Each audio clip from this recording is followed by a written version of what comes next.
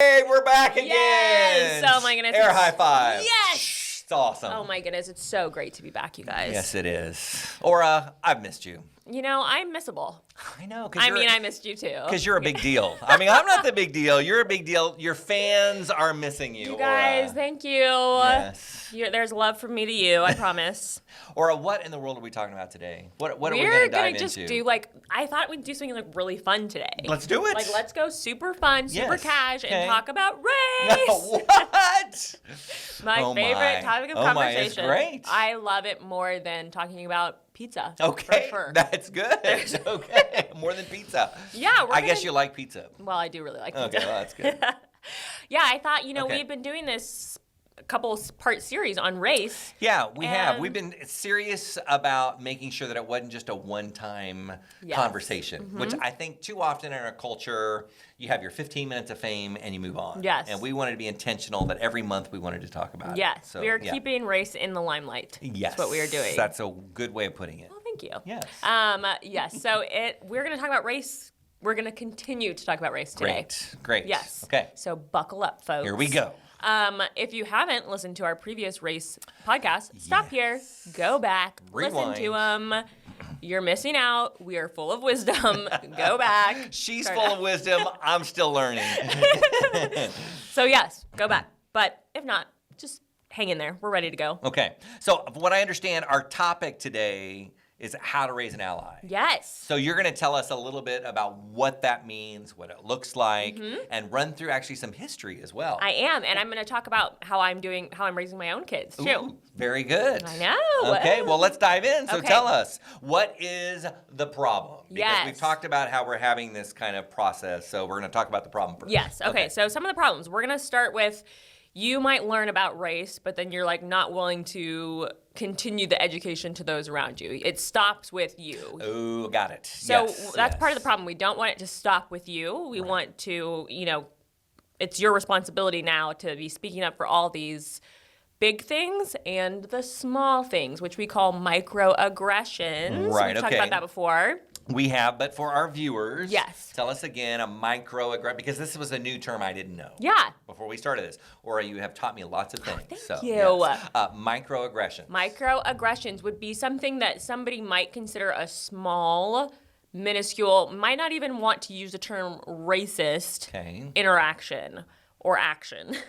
Okay. So an example would be somebody saying oh, or I don't even think of you as black, or Hold is it. that your real hair? Or things that are maybe inappropriate conversationally that should be shut down right away, and are small, but over time create a lot of feelings on the person who they're being perpetrated upon.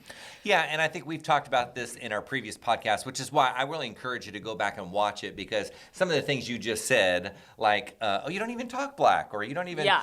Some people don't even understand that in itself is very demeaning. Yes. And really, they don't. Super demeaning, And yes. so I think learning some of those things, again, we talked about this quite a bit on the podcast before. Please go back and watch that, because what she's talking about, these little microaggressions, those words that you say that you don't think anything of, sometimes can have really, over time, can build up Yes. and be explosive. We call them bee stings. You're getting Yes. constantly stung by a bee, and eventually you're gonna go, stop stinging me!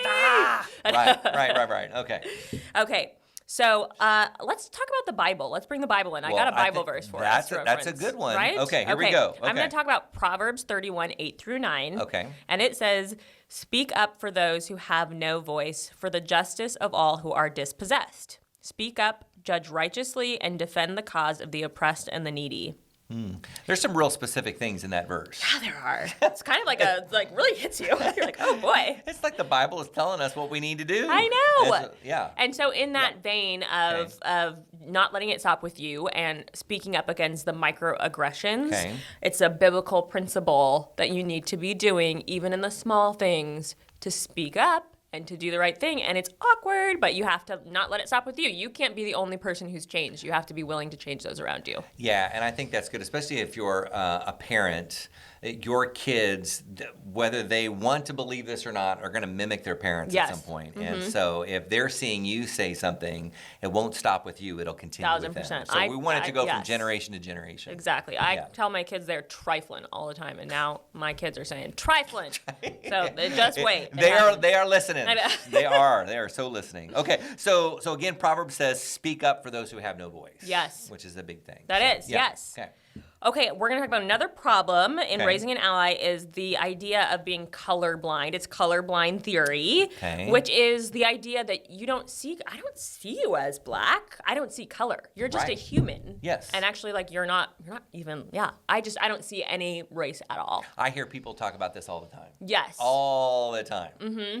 I think I was just on TV this week, and I saw several political figures kind of say the same thing. I don't see race. I don't see color. Mm-hmm. And I was thinking of our conversation. Yes. And why you think that's not appropriate. Yes, I think it's inappropriate. So I think that it takes away some of the identity that Christ has given me if you behave in that way. And I get it. Like, I'm from a mixed family. My mom's white, my dad's black, and we were raised colorblind. So I get the intention behind it. Yeah. We just now at this point in our history and our evolution of thinking about race, we know that doesn't work. So we need to take a conscious effort to drag ourselves out of what we were taught to do and to now try to teach our kids and our friends and our family not to be in the colorblind theory. So that's going to include having some courageous conversations with people that, I have value, that I am mixed and black, and I have a value, and God created me specifically in that way. Mm-hmm. So I want to be seen in that way. I'm happy to be this way. That's why, going back to what you said about microaggressions, when somebody says, well, you don't talk black, well, that goes against the very nature of who you are. Yeah. It's your identity. And so for me to be able to say, you're a black woman, you're a mixed race woman, and that's okay, because that's who you are. Totally. Right? Just as much as I am a white man, right? Okay. Well, we identify who we are, and that's okay. Yes. We're what we like to say in the church is that we're a tapestry, that God has made a tapestry of people, not only with different color skins, but with different personalities, different gift sets, and God uses all of those, right, to further his kingdom. Yes. Right. Totally. Okay. I like it. Okay, so another problem we're going to talk about is that we really want to think about when we're raising allies is that we really want to stop perpetuating ghetto culture. The idea of black and ghetto are often synonymous. Right. They shouldn't be, right, but they are often. So you might think I don't do that. I don't perpetuate ghetto culture. I'm not into Ebonics. I speak normally. I actually don't know what they're talking about when they talk in Ebonics. But have you ever sent a text or seen on Instagram any of your friends saying new phone, who dis? New haircut, who dis?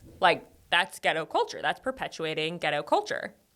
Now, see, Aura, I've never even heard that. So there may be some of our viewers that are going, what are you talking about? Okay. Seriously, I don't know what you're talking about right now. Yeah, it's just a very... So tell us what it's a common thing now to be oh, you don't recognize me? Who am I even? Who's this? Okay. It's just a common thing that people say now, a colloquialism, if you will. But it is perpetuating a ghetto culture. So what would you say? You're encouraging people don't continue to perpetuate that. I am, and I'm saying don't lean into that. Is that what you're saying? Because I'm saying in general, people look down on those who speak in Ebonics, or they don't want. They're they don't speak well. It's awkward or something. Right. But then they want to take little pieces of their culture, when they want it. Okay. Of their ghetto culture and I think that's wrong. So we don't want to take from the ghetto culture, and we don't want to glorify the ghetto culture either. Okay. You just be in your own lane. If you're not ghetto and you don't speak Ebonics naturally, you don't need to steal that and try to do that. Try to make it a thing. I think it's confusing to people that sometimes all of a sudden it's okay if a white person talks like that, but you don't want a person of color to talk in Ebonics and to have bad English and to I see what you're saying. It doesn't seem like it's a fair playing field. Totally, I guess that makes sense. Okay. So another example, if you don't say new great. number who dis, you could say that you grew up in, like, oh, I remember growing up in the hood or something, and you just grew up in the neighborhood, like it was a neighborhood, and you're just calling it a hood. You grew like, up in Shawnee. Yeah. I grew up in the hood. Yes. You're saying it's just not good to continue to perpetuate this because that's really not your culture. Exactly. I'm saying so don't appropriate that a culture for yourself. Yes, totally. Okay. And it's like something that like you actually don't like that culture, but you're just kind of you're taking it anyway. Like you actually like look down upon it. For the most part, people look down on ghetto culture. So okay. yeah. What else we got? Okay, we're gonna talk about. Another thing is just representation. That's kind of a problem when you're raising an ally. Okay. You want to point out or like notice representation, and representation matters. So an example of this would be like when I grew up, there were no Band-Aids in my skin color. Like the flesh-colored Band-Aids weren't in my skin tone. This was shocking to me. I had never thought about this. Yeah, isn't that interesting? Seriously, never thought about this. So you're like, well, that's like, whose skin tone is like, what? I know. Right? I know. Different, right? It's not the same. And then even makeup, like cover up and stuff like that, only like the last 7-ish years was that even available to me to like wear makeup because it was always for different skin tones that were not my skin tone. So interesting. So, like, it's kind of cool. You can even go to a store and point out, like, oh, look how cool that they have all the shades of different people. And there's, you know, like, and that's just showing that representation matters and that it's great to now, have hold that. on. I don't buy Band-Aids or medical equipment because my wife she does all of that. So can you buy now different colors of Band-Aids? You can. Like, okay, you can. It's so new, David, but Okay, it's so cool. I had no idea. I Right. know. Wow. I like just feel like it's little things like that where you feel like, oh my gosh, we're like coming really far. Like people are listening. Yes, you're like, they this have is Band-Aids in my good. skin color That's now. awesome. It's so cool. So just the little things. I know. It makes you feel really good. Not just, now it's not microaggressions. What would you call it? It'd be micro, I don't know, it's No, micro positives. progressions. Sorry, progressions. I don't know what they are. Microaggressions, I Okay, know. that's good. So that's a positive thing. Yeah. Okay. All right, what else we got? Okay, so those are kind of, those are some big problems, but I also kind of wanted to check in with you about some problems that, like, the church has had. Yes, obviously this is a church podcast, and Yes. we're broader than that, but I am a pastor, so let's talk about the church. Yes. Because this is something I wanted to dive into as well. Yeah. So how do you feel like historically the church has been on the side of, being on the right side of history, I guess? Yeah, so this is something that we've done as a church, and why I'm looking at you, the viewer, is because I feel like we as the church have really missed multiple opportunities, especially as a white church here in Johnson County. And so we've done some specific things to try to help change the conversation a little bit at Crosspoints Church. And that is, we've been looking at the historical perspective in a class that we've been doing through some of our small groups. Yeah. Now, you may not agree with everything in it, and that's okay. I don't agree with, everything in every book I read anyways. Right. But it's good to have the history. It's good to have the conversation and to talk about it, because when we talk about it, we learn, and as we learn, we grow. And so we've been talking about The Color of Compromise by Jamar Tisby. And great book, gives a lot of historical context about how the church has been silent, okay? How the church has been complicit in racism, not overtly, not because they were like perpetuating racism vocally, but they were perpetuating it because they didn't say anything. Yeah. And I think as a church, as I look back on history, and I can go, absolutely, I can understand and agree with this thesis that we have been quiet as a church. And so that's one of the reasons why we wanted to do this podcast. Yeah. And we didn't want to just have one 15-minute sermon on a Sunday morning and then move on with the rest of everything else. We wanted to take some classes. We wanted to have a podcast that a continued small group. a small group. We wanted to have these conversations so that we can shift the dialogue here at Crosspoint Church, because we don't want to be silent. Yes. So let's talk about historically. Let's go back maybe to the 50s. Okay. And why don't you talk with us a little bit, because I think it's important for our viewers to understand kind of maybe where the U.S. kind of this whole race relation really started to kind of begin to shift. Okay, I want to reference the Alabama bus boycott. Okay, right. Which that was like in the 50s, and Martin Luther King Jr., MLKJ as I like to call him, he's like kind of backing this bus boycott. So a lot of people may have heard of it. And why are they boycotting buses? Yeah, so it's a segregated if you're black, you need to give up your seat for a white person. Okay. And then if you're black, you only can sit in a certain section on the bus. Right. If you're white, you sit in another section on the bus. So at this point, MLKJ, he is a reverend. He is a pastor. A pretty and prominent pastor at the time as well. Yeah, in the South. and he, I'm sure so many people have heard of A Letter from a Birmingham Jail. Yeah, which is one of the books that you actually have been reading, from what I understand, right? Yeah. Yes, yes, some of his speeches. So in A Letter from a Birmingham Jail, which people reference like little snippets of that all the time, like most of his quotes, a ton of them is actually from that and not from the I Have a Dream speech. And not just in church, but secular world. Yes. And I mean, it is a Totally. very, very popular. Yeah. That whole letter is written to clergymen. Right. White clergymen actually they're like publicly shaming him a bit, and then he's just being like, I'm disappointed in the church, and I like love Jesus in the church, and I'm disappointed. And what he's trying to say, I think, is he's trying to say, listen, you're being quiet, and if you're really the church, you need to say something. Yes. So he says a lot, but basically the bus boycott starts around like 1954, and it's a long bus boycott. But they didn't even intend for it to be that long, and it ends up being a 2-year boycott. But MLKJ says, I came to Birmingham with the hope that the white religious leadership of this community would see the justice in our cause, and with deep moral concern serve as the channel through which our just grievances would get to the power source. Instead, I've heard so many ministers say those are social issues which with the gospel has no concern. Yeah, man. I want to put that quote in our note section because it's such a... Can you read that first sentence? Yeah. Because I think that would have struck a chord in a lot of people...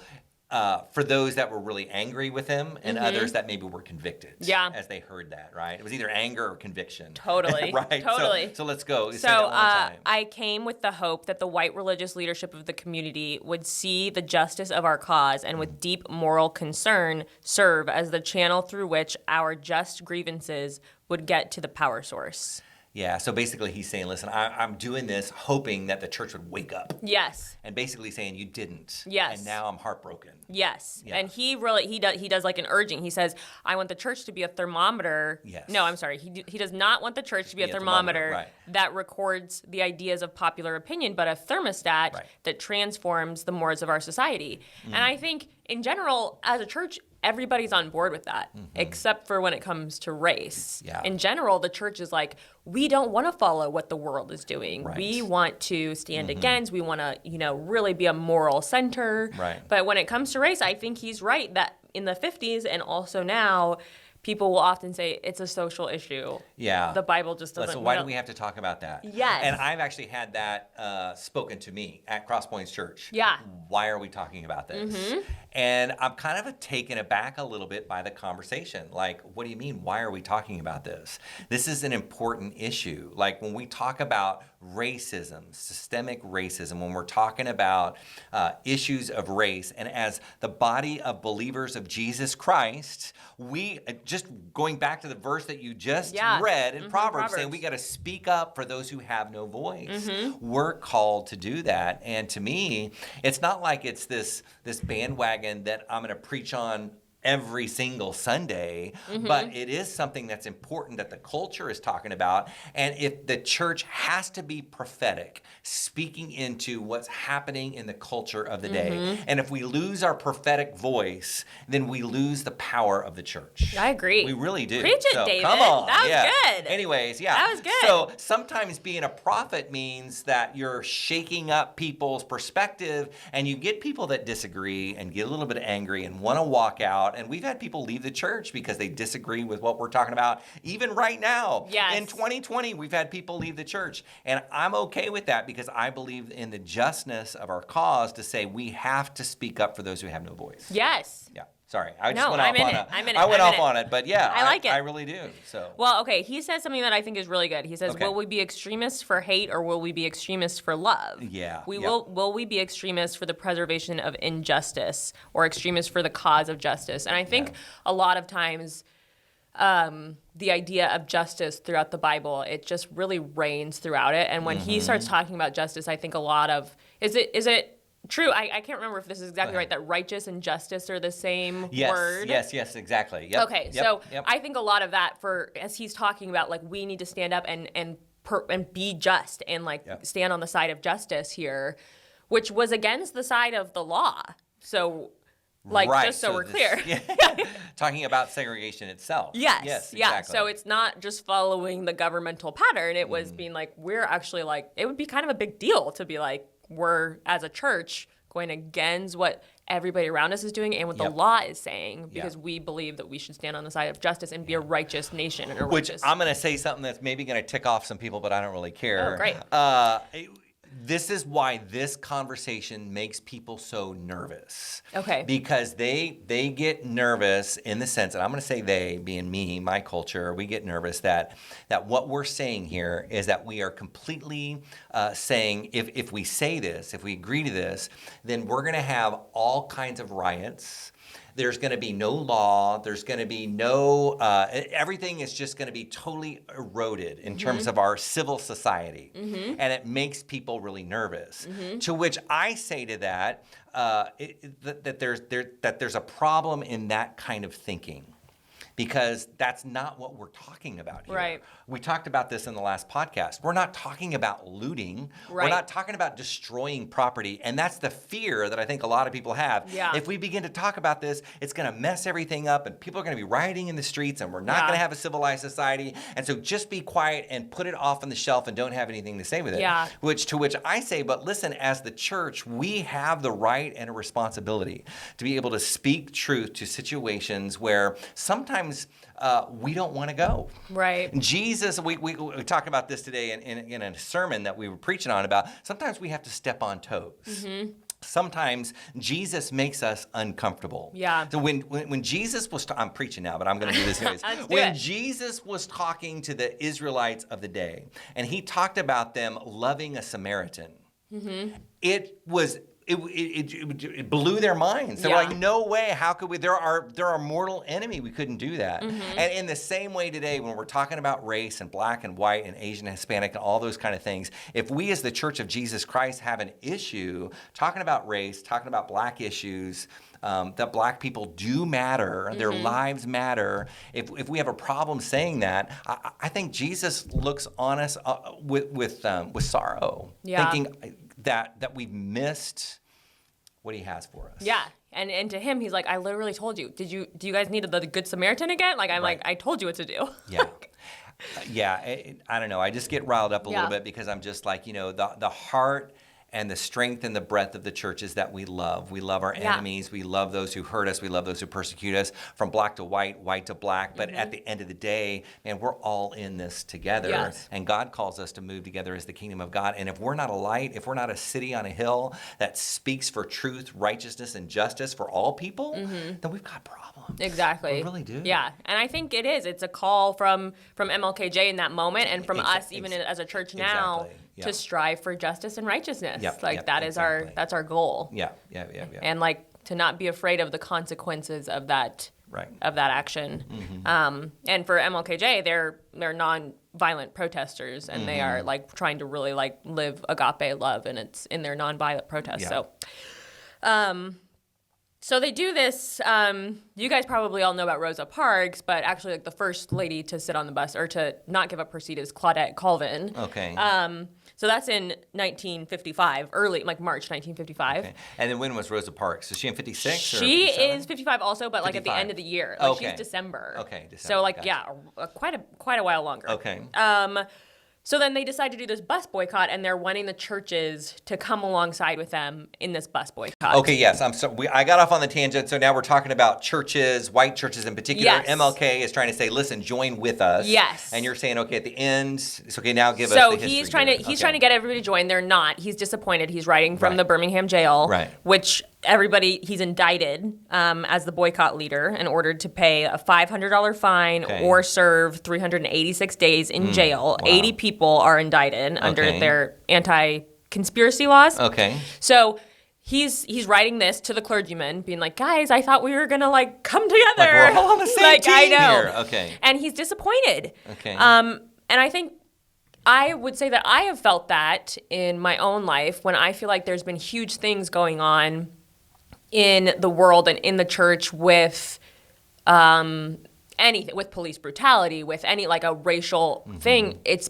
only been until recently where church members have stood up to say like, we should talk about this and we should say it's wrong. Right. So similarly to MLKJ in that time, I think like a lot of us have had that feeling of being like sad that the churches haven't done anything and feeling like, I don't know, is it like, are we not talking about it? Like it's awkward, but we're all kind of like, it's all over the news. And so that's where he is in this moment with the Birmingham, the letter from a Birmingham jail. And should we talk about like what the church does and when they decide to? Absolutely. Yeah. So what happens? There's a turning point, right? Yes. So there is a turning point where he's asking for them to make a stand as a church. And what happens? 24 ministers are arrested in Montgomery. 24 people come and they're arrested. Now these are white pastors. Yes. Right. So finally something shifts, something happens, and they're hearing his letter, or they're reading his letter, they're agreeing with it, and now they're saying, okay, we're going to do something about it. So then they get arrested. They get arrested. Big deal. Joining the club. Yes. Okay. And they publicly state that they are prepared to be arrested again. Wow. Because that's the time. It's not like you get arrested and you're like, okay, we did it. Like, right. Check it off the list. Yes. Right. It's like, no, this is a lifelong cause. Yeah. Like you're gonna be in this for a while. Yeah. And they're like, okay, we can do this again. We're in it all the way. Yeah. And that really like starts to strike a nerve with the church. Right. So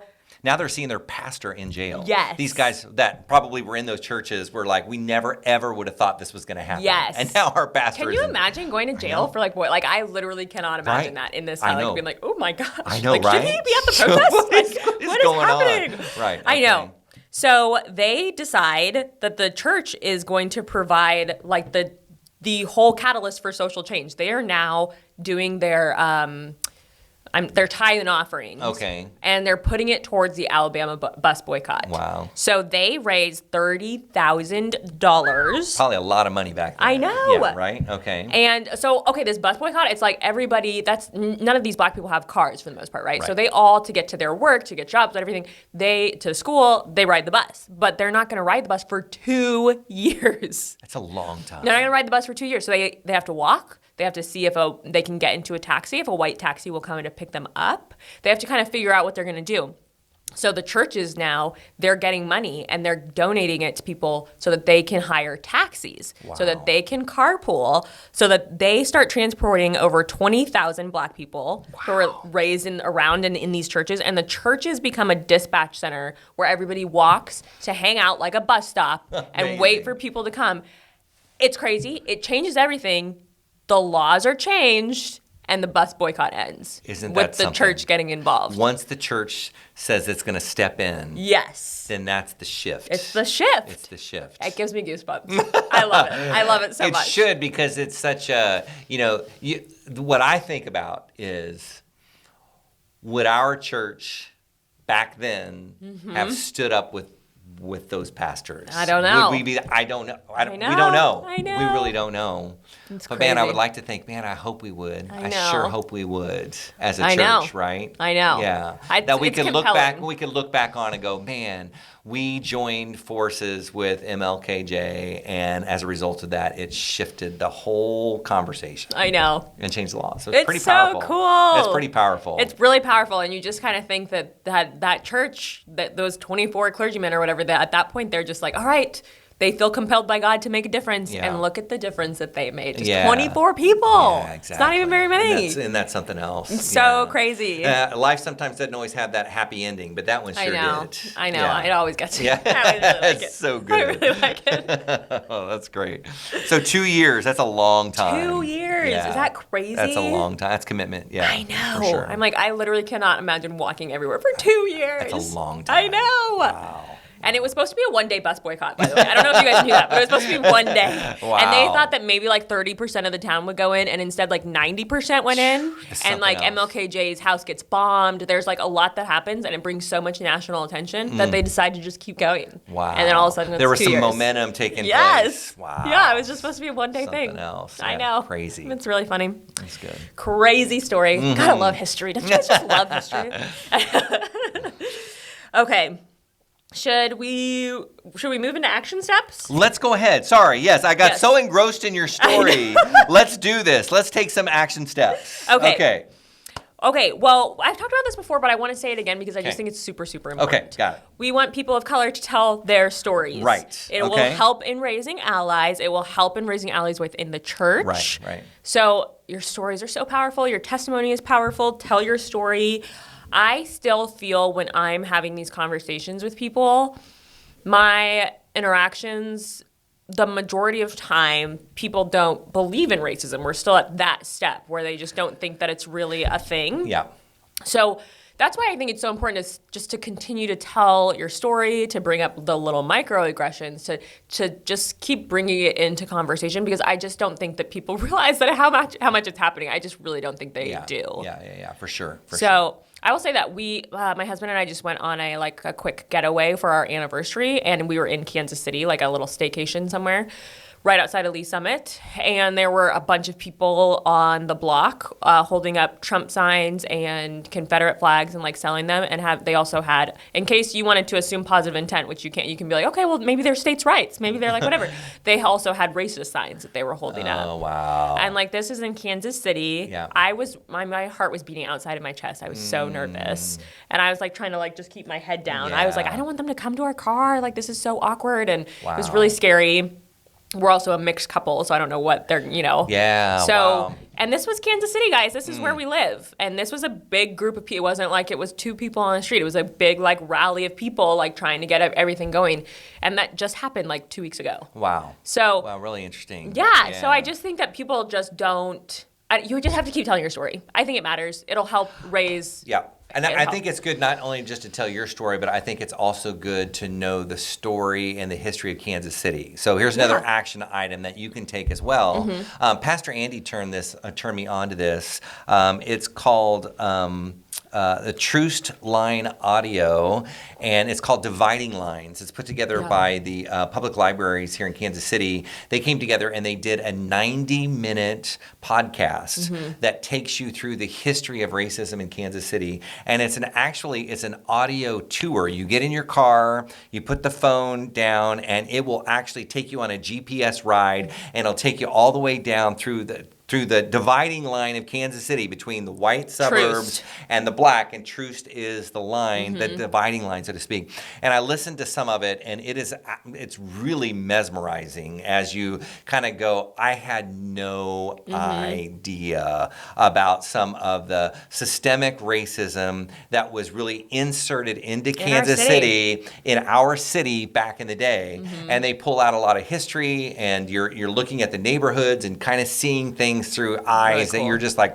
wow. So anyways, we're going to put a link to that. I'd encourage you, if you get a chance, maybe you can take your family through it, maybe older kids, maybe not younger kids, but older kids, and walk through, or not walk through, but drive through. It's a drive-through thing, 90 minutes, do it on a Saturday or something. It's the perfect coronavirus activity.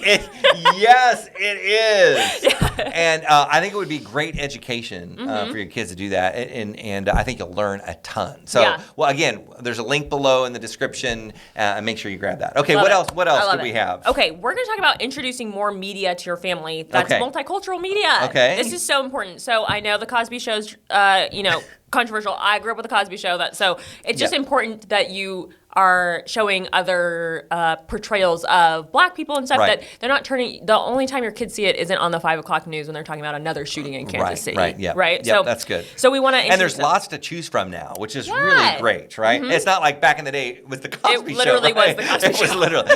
Now there's so many more things, and maybe we can put a couple of links on some things. So that I was going to say, like, if you have toddlers, Daniel Tiger, they have a black teacher, they have an interracial family. There's a couple of things you can do, and I have we'll list some. Yeah, I have some we'll to put do. them on there. Okay, but it's really important. So it'll help you again with the whole colorblind thing that we talked about. That you're going to do race conscious education through just like your through your media. Okay, so this is really big that I'd really love if people took a more of a stance in it. Talk to your school about their required reading choices. Okay. Because schools love racist required reading choices. Okay. Okay, so this was my life. I'm sitting in school. We have to. You're always reading the books out loud. Okay. To Kill a Mockingbird. We used to do that. Huckleberry Finn. Sure. Their Eyes Were Watching God. The Great Gatsby. Okay. They all say the N-word. Okay. People say the N-word right around you. Right. They're all like really bad portrayals. Huckleberry Finn. They say the N-word 200 times. Wow. 200 times. Wow. It's awful to be sitting there as a black person and where now your ears are turning red. You feel so uncomfortable. So why don't we just upgrade some required? Why don't you stay involved with your kids' education? And if you feel that they're reading something that maybe isn't appropriate, you can say something to the principal and the teachers. They totally care about your opinion, I promise. Sure, yep. And I think it's a small thing that we as church members and as parents can like make a little shift to be like, hey, I actually like, I'm not okay with my kids even like really just digesting the N-word over and over again. So let's try to like go against that. So again, in our media, how we can kind of. Yeah, that's good. I don't know. I'm trying to think. My kids are in 9th grade. Up to this point, I don't think they've read. Of Mice and Men. When do you read that? That'd be like my 9th or 10th grade. Yeah, maybe, probably. I don't like know. That. Yeah, that's another one. There have, I'll just say for our school, Shawnee Mission Schools, they've read a number of diverse books, which I think you would be really happy about, and I'm happy about as well. That's awesome. But yeah, they're very conscious about that. That's so I've been very pleased with the reading material that they've That's so far. awesome. That makes me really happy. Yep. Okay, another really good one. You guys have probably heard about Juneteenth now this year. I'm so happy that this year was the spread of Juneteenth for so many people. That's right, yeah. But there's an episode of Blackish. Yes, that is an excellent episode. Good. I've seen that. Yes. We need to put a link on that. If you've never watched that, it is a tremendous episode. Yeah, you can get it from the library. I learned so much from that. I really did. It was really good. Yeah. Season 4, episode 1. You can. I think it's like $1.99 on YouTube. It's free on Hulu. You can get the seasons from the library. So there's a couple ways you can watch it, and I highly recommend it. It's so good. Really good. Yeah.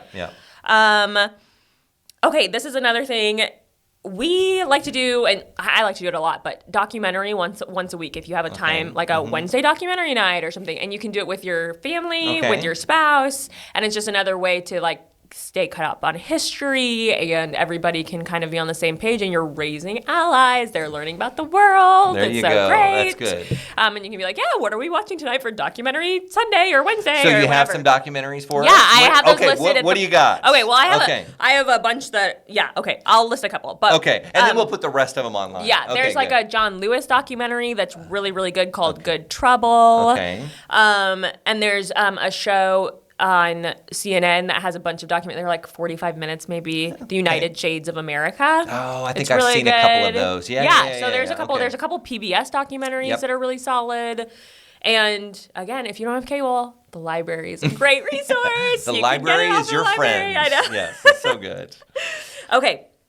That's a lot of resources we've just given out. I know. There. Was it too many? No. Okay. It's always good to give out resources. Did you have other ones you wanted to do? That was that, and I was going to just talk about maybe how I'm raising my kids. Well, tell us. Yeah. Tell us how you're doing that, Aura. So I'm doing media as much as I can, books, everything, not just like an educational book, but like we're just going to bed and the family's black that we're reading, like just any book. So we do that a lot.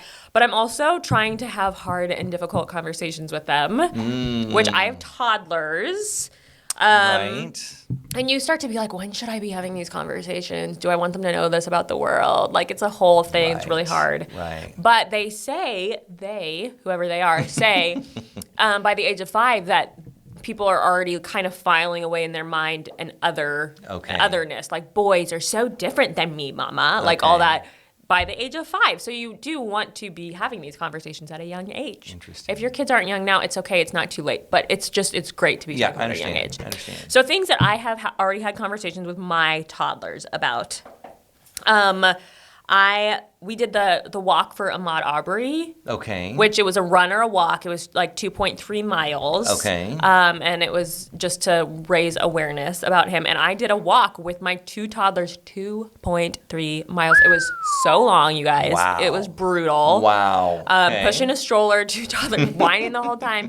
And we were just trying to talk about it. We were just saying like, yeah, people are doing this all over the world right now. It's so cool. And it's all to say that like, hey, we don't care if your skin looks like mama's or if your skin looks like dada's. We like want you to be safe and feel good. So I kind of try to have those conversations with my kids. Okay. And then we also celebrated Juneteenth. Okay. Juneteenth. Great. And we just made it another holiday. We did. Yeah. We watched Cinderella, the Brandy version with like the movie, the multicultural Cinderella. Awesome. We read a bunch of books. We sang a bunch of songs, and you are so creative, Aura. Oh, thanks. You really, really are. I love it. We did sugar cookies, and some of them were chocolate and some vanilla, and we like put them together to make different things. But there's all these like little things that you can do with your family to just make it like a normal day, but they're like learning something cool. And they're just like learning from you very quickly what's like cool and what's not. Also, just like Juneteenth, which you might not have noticed was a holiday, you could also like look up some other holidays that you might not have noticed, like Loving Day, like the celebration of interracial marriage being allowed in the Supreme Court. That's a really good one. That's interesting. That was 1967. Yeah. So that's like a good one to be like, hey, it's Loving Day. Let's celebrate. You know, like learn about that or read a book or like whatever. 1967? 1967. That's when that came. Can you believe that? Wow. I did not know that. That's when I didn't realize interracial. it was then. Yeah, crazy. June 12th. Yeah. Okay. So yeah, we also this is really funny, but I do talk to my kids about this: just versus unjust laws, which MLKJ says a just law is a man-made code that squares with the moral law of God. Yep. So it starts with God. Yep, yes. Keep going. An unjust law is a code that is out of harmony with the moral law. Yeah. So we talk about that. Just all these little things. You're just raising up little allies is the goal. Yeah. And then I also talk to them about getting into good trouble, which is the John Lewis line: good trouble, necessary trouble. And it's the same idea that we all kind of talk to our kids about, but maybe not in the race context, like standing up for the, if somebody's getting bullied, like it's fine but we are getting into good trouble, you're doing something really important. Same kind of thing, but in the race context. So you can totally be doing all those things with your kids. And it's a little awkward, and you're like, I hope that I didn't just totally screw that up. But they're like, but so far they've been fine. They've been fine. Yeah, they're still young. I know. I have time to take it back. I know. So yeah, that's a lot of different ways. Seriously, lots of great. Good. We'll have a lot of different links and things that people can do. So good, really. Oh, and which is what we want to do. We want to give you, the viewer, lots of opportunities, because some things are going to hit you like, oh, that's really good, and other things will be like, that's okay. The ones that work for you is the one we want you to lean in on, right? Yeah, to try. Maybe even if you don't like documentaries, you can listen to a podcast. There's all these like little things you can tweak. Right, exactly. Let's talk about our church. Okay, let's talk about Crosspoints Church and what we have done and what we are doing. We talked about the small group. Yeah, we've talked about the small group. So we have a group that's walking through, or we have groups that are walking through the Jamar Tisby book, Color Compromise. If you haven't read that, we'll put a link in the description below as well. That gives you a lot of history about the church and how the church has been silent. And then as a result of its silence, it's been complicit in racism, and how we want to change that as a culture. So that's been big. We've been doing this podcast again since, since August? I don't know. See, August, September, October. So at least 3 months we've been doing it. In November. So, and I want to shout out something that you might not even hit your list, but it hit my list. Go ahead. Yeah, what is that? Like our church has always done like really cool like school outreaches and like Easter egg hunts and like all these different things that are reaching out to more of a brown community than we normally have, which I love. Yeah, for sure. And our church has always done really well. I think we've done really well with that. I'm always impressed by that. We try. Yeah. So we've done that before. Absolutely. And we've had several messages that we preached from the pulpit as well. So, I think we're always open to ideas of things that maybe other things that we can do. I think there's, you always don't think that you're doing everything that you need to do, but hopefully we're doing more than what we were before. Yeah. And I think that's a good thing for us. So, I think we're on the right track. And I think, again, having the conversations, letting people know that this is important, this is a part of who we are, and that we want to have these conversations, and that conversations are good. And you may not agree with everything that we say, and that's okay. Totally. But we want to start having the conversation. Yeah. If you can't disagree, then we can't have a conversation. If you just get quiet and you don't say anything, then we're not having a conversation. Totally. So let's talk. Let's talk it out. That's what we're doing. Yes. We're just talking.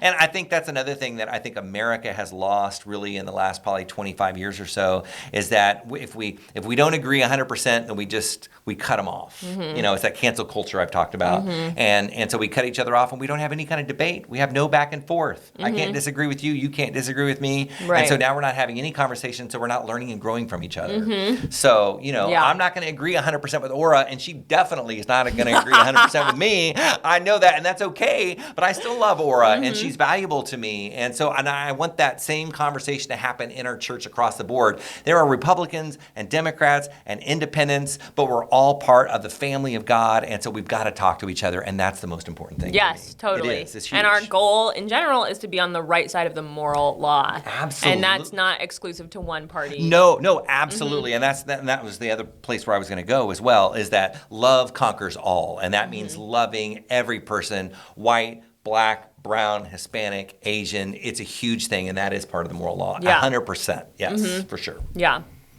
Anything else? Woo, that was a lot right there. Oh my I think if goodness. we can just, again, continue the conversation, it's an important thing. So we've talked about the possibility of doing another podcast. Yeah, we have. Where we want to invite you, the viewer, to ask uncomfortable questions. Have an uncomfortable conversation with me, please. Have an uncomfortable conversation with a black woman. Yes. Yes. I'd love to. Now, and I'm serious about this. Like, too often, you may be thinking things and you don't want to say them because you're uncomfortable about it or because you think you'll make us offended. Yeah. You're not going to offend us.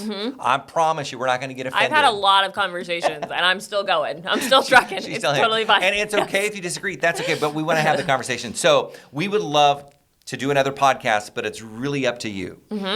If you would be bold enough to, in the comments below, or send me an email, or an email, or whatever, or Jennifer White, send us an email and let us know what your questions are, as uncomfortable as they may be, then we'll talk about those questions and begin to have some dialogue. And I think that might be a really great thing to do. Yeah. Because obviously sometimes we feel like we're speaking into the air. We think you're kind of vibing with us, but we don't really know at the end of the day. And so it's okay. Again, it's okay if you disagree. Tell us what your thought process is, and then let's start to begin to have this online dialogue. Yes, Anything we'd else you love wanted to have say that to uncomfortable. Yeah, And go we ahead. also have the Crosspoint's email address. Yes, thank you. And I will say that, like, David will check that. So if you feel like I'm nervous about phrasing or I'm nervous about Right. anything, he'll vet it before he talks to me. So I want you to feel very comfortable sending your questions That's in.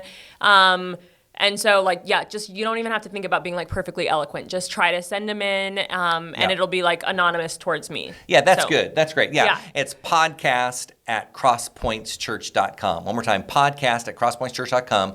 I'll see them first. I'll vet everything. Or I won't know who they're coming from. Yeah, I won't and know. then that way it's just the conversation. Yeah. Does that sound good? Yeah, totally. Yeah. So I I think feel that'd be totally great. comfortable. Yeah. I've been asked a lot of conversations. I've been challenged on a lot of things, and like that's totally fine to do. So Yeah.